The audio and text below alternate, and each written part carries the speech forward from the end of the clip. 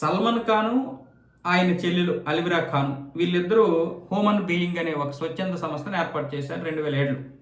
దీనికి డబ్బులు తీసుకురావడం, ఆ డబ్బుల ద్వారా పేద పిల్లలకి ఏదైనా దుస్తులు ఇవ్వడము, లేకపోతే చదువు చెప్పించడము, ఏదో ఒక విధంగా వాళ్ళకి హెల్ప్ చేయడం అనేది ఒక మంచి ఆలోచన.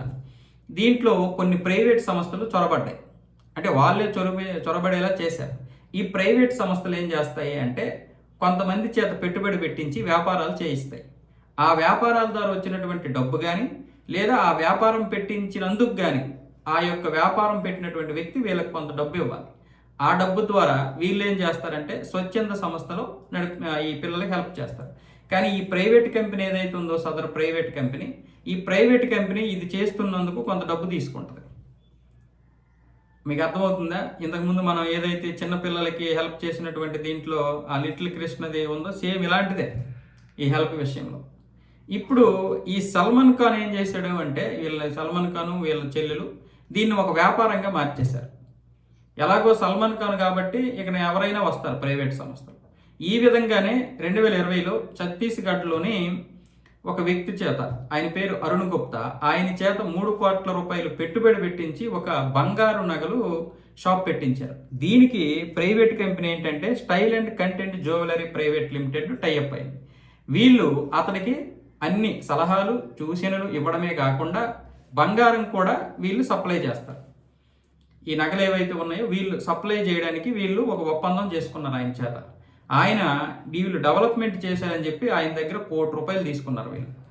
అది కాకుండా 2 కోట్ల రూపాయలు పెట్టి ఆయన షాప్లో బంగారు నగలు అవన్నీ తెచ్చుకున్నాడు, షాప్ను బాగా అలంకరించుకున్నాడు, వీళ్ళని నమ్మాడు, అంతా బాగానే ఉంది. తీరా ఏం జరిగింది అంటే ఈయన షాప్ పెట్టినటువంటి కొన్ని నెలలకే వీళ్ళు సరుకులు ఇవ్వడం మానేశారు. ఏదైతే ఒప్పందం ప్రకారం వీళ్ళు నగలు ఇస్తామన్నారో వాటిని ఇవ్వలేదు, అది క్లోజ్ అయిపోయింది. ఇప్పుడు ఈయన డబ్బులు పెట్టి వేరే దగ్గర ఏమొచ్చేసి బంగారు నగలు తీసుకురావడానికి వెళ్తే ఆ వ్యాపారం నడవలేదు. ఇటువైపు ఏమొచ్చేసి వీళ్ళు అలగట్లేదు ఉలకట్లేదు.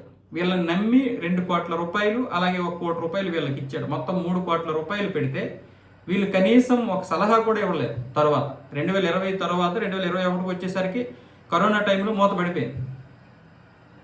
కరోనా టైంలో మూతపడిపోయిన తర్వాత వీళ్ళు కనీసం రెస్పాండ్ అవ్వలేదు. ఆ తర్వాత కూడా కరోనా అయిపోయిన తర్వాత కూడా రెస్పాండ్ అవ్వలేదు. దాంతో ఆయన కోర్టులో కేసు వేశాడు సల్మాన్ ఖాన్ మీద, వాళ్ళ చెల్లెల మీద, అలాగే ఈ యొక్క కంపెనీ ఏదైతే ఉందో ఈ బీయింగ్ హోమన్ తరపు నుంచి ఉన్నటువంటి వాళ్ళ మీద, వాళ్ళతో పాటు style and content jewellery private limited డైరెక్టర్ల మీద కేసు వేస్తే ఇప్పుడు కోర్టు ఏమొచ్చేసి సమన్లు జారీ చేసింది. వీళ్ళందరూ కూడా అక్టోబర్ 5న హాజరవ్వాలని చెప్పి సమన్లు జారీ చేస్తే దీనికి సల్మాన్ ఖాన్కి సంబంధం లేదని వీళ్ళందరూ ఏమొచ్చేసి మళ్ళీ సల్మాన్ ఖాన్ని రక్షించేటటువంటి ప్రయత్నాలు అయితే చేస్తున్నారు. అయితే అసలు నిజాలు ఏంటంటే ఈయన మాత్రమే కాదు, ఇలా చాలామంది మోసపోయారు. వీళ్ళ పేరు పెట్టుకొని చాలామంది వ్యాపారాలు స్టార్ట్ చేస్తే వాళ్ళందరూ మోసపోయారు ముంబైలో. అయితే వాళ్ళందరి నోళ్ళని నొక్కేశారు, భయపెట్టి నొక్కేశారు.